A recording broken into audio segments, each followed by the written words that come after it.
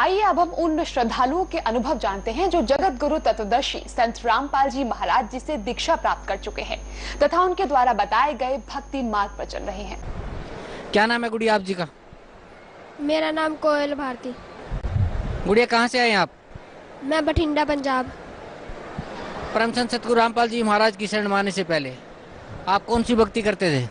परम संत गुरु रामपाल जी महाराज जी की शरण में आने से पहले मैं डेरा सच्चा सौदा तथा अन्य देवी देवताओं की भक्ति किया करती थी। तो जो आप डेरा सच्चा सौदा की भक्ति करते थे, कहाँ से, किस संत से आपने नाम उपदेश लिया हुआ था डेरा सच्चा सौदा में? मैंने डेरा सच्चा सौदा से साहस गुरमीत राम रहीम जी से नाम ले रखा था। तो संत गुरमीत सिंह जी राम रहीम जी ने आपको क्या नाम दान दिया था भक्ति करने के लिए? सतपुरुष अकाल मूर्त सब स्वरूपी राम। तो जो आप मंत्र बता रहे हैं, जो डेरा सच्चा सौदा के संत गुरमीत सिंह जी ने आपको दिया था, सतपुरुष अकाल मूर्त सब स्वरूपी राम, इस मंत्र का आपने कितने दिन तक जाप किया? करीब 10 साल तक। तो 10 साल तक जो आपने इस मंत्र का जाप किया, उससे आपको क्या लाभ मिला? मुझे अभी तक कुछ लाभ नहीं हुआ था। बहुत ज़्यादा कठिनाई आ रही थी। मेरे भाई का उधरी डेरा सच्चा सौदा में ही एक्सीडेंट हो गया था। बहुत ज़्यादा परेशानी हो गई थी, लेकिन हमें कोई लाभ नहीं हुआ था। तो कैसे भक्ति करते थे आप, कैसे जाप करते थे इस मंत्र का? हम बैठ के चिट्टा कपड़ा सिर पे लेके और फिर नाम जपा करते थे।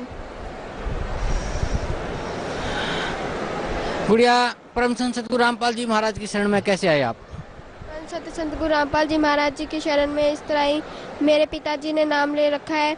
उन्होंने मुझे ज्ञान गंगा पुस्तक दी। वो कह रहे ये पढ़ के आप नाम दीक्षा लेने की वो करना। लेकिन फिर मैंने करीब 5 दिन तक मेरे पास वो किताब रखी थी, पर मैंने पढ़ी नहीं। मेरे को लगता है मेरा डेरा सच्चा सौदे वाला ही सही है। जब पता नहीं मेरा स्कूल से आके ये एकदम मन करने लग गया कि मैं ये किताब पढूं, मैंने फिर वो ज्ञान गंगा की पुस्तक उठाई। पहले मैंने कलयुग में सतयुग पढ़ा। मेरे को बड़ी हैरानी हुई। मैंने इतने दिनों तक ये ज्ञान गंगा पढ़ी नहीं। फिर मैंने बहुत पढ़ा, उसे 5 दिन तक मैंने लगातार पढ़ी। मुझे बहुत ज़्यादा ज्ञान हो गया। फिर मैंने अपने पिताजी से कहा, पिताजी मुझे तो अब नाम दीक्षा लेके आनी है।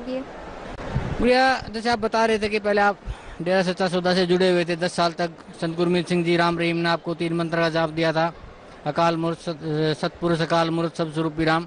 उसका आपने 10 वर्ष तक जाप किया, आपको कोई लाभ नहीं मिला। फिर आप परम संत सतगुरु रामपाल जी महाराज से आपने नाम उपदेश लिया। तो जो सत भक्ति परम संत सतगुरु रामपाल जी महाराज ने आपको दी है, उस भक्ति से आपको क्या लाभ मिला? उस भक्ति से तो मुझे सबसे बड़ा ये लाभ हुआ कि गुरुजी मुझे सतलोक लेकर गए। सतलोक में जब मैं सिमरन प्रथम मंत्र मिला था, तब मैंने प्रथम मंत्र पहले मैंने जब नाम दीक्षा ली थी, मैं इतना मंत्र नहीं कर पाई थी, मुझसे ज़्यादा हो नहीं पाया करता था। लेकिन जब से स्कूल की छुट्टियां पड़ी, मेरा मन और ज़्यादा बढ़ता चला गया भक्ति करने पे। मैं कहा मेरे को भक्ति करनी चाहिए। जब से मैंने 8 साल की लड़की का सतलोक के बारे में वो सुना इंटरव्यू, मुझे भी थोड़ी सी भक्ति तेज़ होने लगी। मैं कहा अगर वो भी जा सकते हैं तो हम भी जा सकते हैं। मैंने फिर अच्छी तरह छुट्टियों में बहुत भक्ति करी। फिर 16 तारीख को बुधवार को मेरी इतनी भक्ति तेज़ होगी कि महाराज जी, मैं प्रथम मंत्र कर रही थी, तब माला कर रही थी, तब मुझे सिर्फ एक ही चीज़ दिखाई दे रही थी। कबीर साहब उधर खड़े साइड में खड़े हुए, इधर स्वामी रामदेव महाराज, सारे जने खड़े हुए। सारे जने जब महाराज कबीर साहब जी के पास जाते तो उनका रूप धारण कर लेते थे कबीर साहब का। मुझे जब भी मैं माला कर रही थी, एक मोती बढ़ा रही थी, मुझे यही सब दिखाई दे रहा था। मैंने अपने भाई से बताया। मेरा भाई कहता क्या कोई पता नहीं, तू करती रह माला, कोई पता नहीं, कुछ भी हो सकता है। फिर मैं करती रही माला। फिर जब मैं दूसरा मंत्र सतनाम मंत्र करने लगी, तब मैं सिमरन करते करते मैं लेट गई। लेटते लेटते फिर मेरे को नींद आ गई, मैं सो गई। फिर महाराज जी प्रकट हुए। महाराज जी कह रहे कोयल उठ। मैं कहा मम्मी सोने दो। फिर कहते मैं तेरा पापा हूँ। फिर मैं कहा पापा सोने दो। फिर मेरे से कहते मैं पूर्ण परमात्मा हूँ। फिर मैंने उठ के देखा, खुद गुरुजी घर पे प्रकट हुए। मेरे को बड़ी हैरानी हुई। महाराज गुरुजी मेरे घर पे प्रकट हुए। मैंने दंडोतम प्रणाम किया। मैं कब पानी पियोगे गुरुजी? गुरुजी कहते नहीं बेटा, आपका तो ब्रह्मांड देखने चलना है। जब मैं ब्रह्मांड देखने मैं खुश होगी, मैं ब्रह्मांड देखने जाना है हमें। फिर मैं पहले हमारा अंदर वाले कमरे में प्रकट हुए थे महाराज जी, फिर हम वहाँ से गायब करके मेरा हाथ पकड़ के गायब करके मुझे दूसरे कमरे में ला के खड़ा कर दिया। मैं ये कि महाराज जी आपने मुझे गायब करके इस वाले कमरे में ले आ दिया। महाराज जी कहते मेरी शक्ति इतनी तेज है। मैं फिर महाराज जी पूरे घर में मुझे घुमाए ऐसे गायब करके, फिर मुझे रसोई में ले आए। कहते आप ये घर बेच रहे हो? मैं क्या हाँ। कह रहे कितने का बेचोगे? मैं क्या 10 लाख का बेच रहे हम। फिर गुरुजी कहने लगे ये घर नहीं बेचना। मैं क्या क्यों गुरुजी? फिर गुरुजी कहते जिस घर में मैं प्रकट हो गया हूँ वो घर नहीं रह जाता। फिर मैं क्या हाँ महाराज जी। महाराज जी कहते अब बेचना नहीं। मैं क्या ठीक है महाराज जी। फिर जहाँ हमारा नलका था वहाँ पे पहले पौड़ियाँ नहीं बनी थी, उधर की साइड ईंट रखी हुई थी 2-3, उस पे गुरुजी ने पैर रखा, उस ईंट का रंग बदल गया, सोने जैसी चमक आने लगी उस ईंट में, और पौड़ियाँ बन गई, बहुत लंबी पौड़ियाँ बन गई, बहुत ही ज्यादा लंबी। उसमें भी इतना प्रकाश आ रहा था पौड़ियों में, मैं बड़ी हैरान थी। मैं कहीं सोने की है कि किसकी है। मैंने पहले पैर रखा, मेरे को डर लग रहा था। मैं क्या पता नहीं कौन सी चीज से बनी हुई है। पहले मैं पैर रख के मैंने पीछे हटा लिया। मैं क्या पता नहीं कौन सी चीज से बनी है। फिर मैंने हाथ लगा के देखा, उसमें जो मैंने वो चीज छुई थी, अभी तक मैंने किसी भी ईंट को छुआ, वो चीज अभी तक मुझे दिखाई नहीं दी है। मैंने गुरुजी कहते हैं नहीं बेटा डरने वाली कोई बात नहीं है, जब तक मैं साथ हूँ बिल्कुल मत डरना। फिर महाराज जी ऊपर पौड़ियों पे ले गए मुझे, चलते गए। फिर स्वर्ग लेके आए महाराज जी, स्वर्ग में मुझे घुमाया। महाराज जी गुरुजी कहते स्वर्ग में घुमाया मुझे। फिर स्वर्ग में जब घूम रहे थे हम, महाराज जी को तो मुड़ने लगे। मैं हैरान है कि मैं क्यों उड़ रहे हैं महाराज जी। फिर मैं कहा महाराज जी मैंने भी उड़ना है। महाराज जी कहते फिर आ कोशिश कर। मैं कोशिश बहुत देर तक कोशिश करी लेकिन मैं उड़ नहीं पाई। फिर गुरुजी नीचे आए, गुरुजी कहते ला हाथ पकड़ा, मैं तुझे अब उड़ाता हूँ। फिर गुरुजी ने उड़ा दिया मुझे पूरी आसमान में हम उड़े। बादू स्वर्ग सारा देखा हमने, स्वर्ग में पहाड़ थे, बहुत कुछ था स्वर्ग में, स्वर्ग घूमा हमने सारा। फिर मेरे को स्वर्ग घूमते घूमते मैं थक गई। मैं कहा मुझे तो भूख लग रही है गुरुजी, मुझे कुछ खाना है। गुरुजी कहते क्या खाना है आपको? मैं क्या मेरे को ना सत्संग में कई दिनों से मैं आ रही हूँ, सत्संग मुझे खीर नहीं मिली, मुझे खीर खानी है। गुरुजी ने ऐसे हाथ करा, इस साइड खीर की कटोरी आ गई और इस साइड अमृत जल आ गया जो इधर मिलता है बोतलों में। फिर पहले तो गुरुजी ने मुझे खिलाई, क्या खाओ बेटा आप। फिर मैंने खाई। फिर मैंने कहा गुरुजी अब आप भी खाओ। फिर गुरुजी ने खाई, फिर हम दोनों ने खीर खा ली। फिर महाराज जी ने मुझे अमृत जल दिया। फिर हमने अमृत जल पी के फिर महाराज जी गुरुजी कहते चलो चले। मैं क्या कहाँ के? नर्क देख के आते हैं। जब मैं नर्क में गई, मैं क्या महाराज जी मैं अंदर से नहीं देखूंगी, मैं ऊपर से देखूंगी कैसा हाल है नर्क में। गुरुजी कहते कोई बात नहीं, ऊपर से देख लेना आप। जब मैंने ऊपर से देखा इतना बुरा हाल हुआ पड़ा था नर्क में, बहुत बुरा हाल हुआ था। नर्क देख के मेरे होश-ओ-हवास खुल गए थे। मैं क्या मेरे पिताजी बताया करते थे नर्क में वैसा ही सब कुछ है ना, नर्क में इतनी बुरी तरह आत्माओं को मार रहे थे ना, बहुत बुरी तरह। मैं वो बातें अब सोचती हूँ ना मुझे बहुत ज्यादा रोना आता है। मैं क्या गुरुजी ऐसे काल के जाल में हम आगे जहाँ में हमें नर्क में घुटना पड़ता है, काल हमें खाता है। गुरुजी कहते चल, गुरुजी को जब देखा आत्माओं ने, गुरुजी को कहते बचाओ परमात्मा, बचा ले परमात्मा। पर परमात्मा वहां से घूम के स्वर्ग में द्वार आ गए। गुरुजी कहते मैं कैसे बताऊं इन्हें। गुरुजी कहते मैं रोना आता है जब इंडिया ऐसे चिल्लाते हैं कि जबरदस्ती खाना खिलाना वो नहीं खा रहे फिर भी खिला रहे हैं, वो इतनी बुरी तरह मार रहे हैं। मैं कहा गुरुजी अब सतलोक कब लेके जाऊंगी आप मुझे? गुरुजी कहते अभी मेरे पास टाइम नहीं है, रात को 10 बजे चलेंगे। मैं क्या गुरुजी अभी क्या हो गया? कहते टाइम नहीं है बेटा, अब रात को 10 बजे चलेंगे। फिर मैं क्या गुरुजी ठीक है। फिर गुरुजी मुझे वापस घर ले आए। फिर मैंने अपनी मम्मी डैडी को बताया। मम्मी कहती कोई बात नहीं, इसमें रोने वाली बात क्या है। फिर गुरुजी फिर रात को फिर आए दर्शन देने वास्ते। मैं बाहर वाले कमरे में सो रही थी, अंदर गुरुजी प्रकट हुए थे। फिर गुरुजी अंदर देख के आए थे सारा घर, कह रहे कहाँ सो? फिर मेरे को आवाज मारी कि कोयल उठ। फिर मैं उठी। गुरुजी कहते बाहर की सो रही, अंदर सोना था। मैं कहा गुरुजी यहाँ पे वहाँ पे गर्मी लगती है, अंदर यहाँ पे ठीक है। गुरुजी कहते कोई बात नहीं, अंदर सोया करो, कूलर अंदर लगा लेना। मैं कहा ठीक है गुरुजी। फिर गुरुजी कहते चलो आप सतलोक घूम के आते हैं। फिर हम सतलोक गए। वैसी पौड़ियाँ बन गई, वैसा ही स्वर्ग देखा, वैसे ही हमने नरक देखा। इतने जब हम काल को देखा था ना, काल को दिखाया महाराज जी ने, इतने दूर खड़े थे, जितना हिसार से बठिंडा दूर है ना, इतनी दूर खड़े थे हम, फिर भी ऐसे लग रहा था जब हम बिल्कुल पास खड़े हो काल के। इतना बड़ा काल था, बहुत ही बड़ा काल था, जितना अपना फेस नहीं है उतना उसकी आंख ही आंख है। इतना बहुत बड़ा था, उसका मैं अनुमान नहीं लगा सकती वो कितना बड़ा था।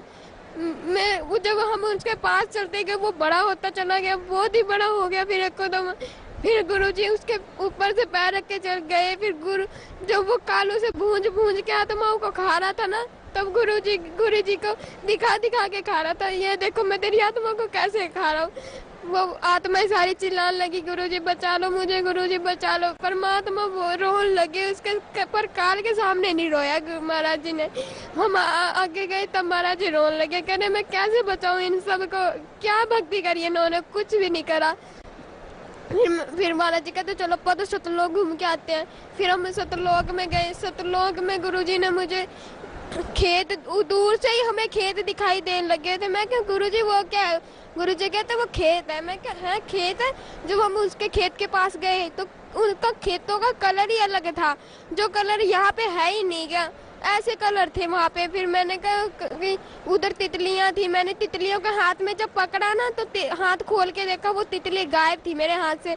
मैं कहा ये तितली कहाँ गई? फिर देखो ऊपर वो उड़ी जा रही, वो रंग बदल गई फिर से दोबारा। मैं कहा गुरुजी ये क्या हो गया? गुरुजी कहते यहाँ पे ऐसे ही है। फिर हम और आगे गए, फिर वहाँ पे हमने पहाड़ देखे, मानसरोवर देखा, हमारा खुद का घर देखा हमने।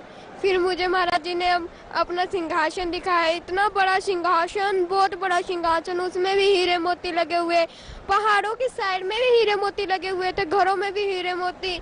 इतना अच्छा था ना, बहुत ही ज्यादा अच्छा था। गुरुजी तो सिंहासन की तरफ जाने लगे। मैं कहा गुरुजी आप कहाँ जा रहे हो?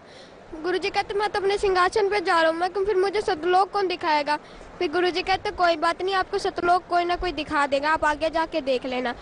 फिर गुरुजी जब सिंहासन की तरफ जा रहे थे, गुरुजी को मैंने दूर से देखा, वो जब सिंहासन पे बैठने लगे एकदम आसमान में उड़ गए। फिर उनकी जब उड़े तो उनका शरीर जब नीचे वापस आए तो उनका शरीर अलग था, उनका शरीर बहुत ही अलग था, बहुत ही ज्यादा। मैं कहा हाँ ये कैसे शरीर महाराज जी का हो गया? मैंने पास में जा ही नहीं पा रही थी, इतना प्रकाश आ रहा था, बहुत ज्यादा प्रकाश आ रहा था। फिर मैं तो सतलोक घूमती। फिर मैं सतलोक जब देखने लगी, मेरे को डर लग रहा था। मैं क्या सतलोक में पहली बार आई, मुझे कुछ पता नहीं। फिर मुझे ना जाते जाते रास्ते में मुझे आत्मा मिल गई एक। वो आत्मा में इतना रौनक थी, इतना प्रकाश था, बहुत ज्यादा। उसका जो शरीर था वो अलग था, वो ना स्त्री थी ना पुरुष था, कुछ भी नहीं था, पता ही नहीं चल रहा था वो स्त्री है कि पुरुष है, कुछ भी पता नहीं चल रहा था मुझे। फिर वो कहते आप सतलोक में पहली बार आए हो? मैं क्या हाँ मैं पहली बार आई हूँ। वो कहते चलो फिर आपको सतलोक दिखाएं। मैं कहा हाँ चलो। फिर हमने सतलोक पहले पैदल से ही देखा, पैदल में हमने घर देखे, मैंने खुद का घर देखा, घर देखा, मानसरोवर देखा, सारा पैदल वाला देख लिया। फिर वो कहते चल वाहन में घूमने चलते हैं। मैं कहा वाहन में आप गिर नहीं जाएंगे? वो कहते नहीं गिरते। मैं वाहन में पहले तो मैं बैठ गई।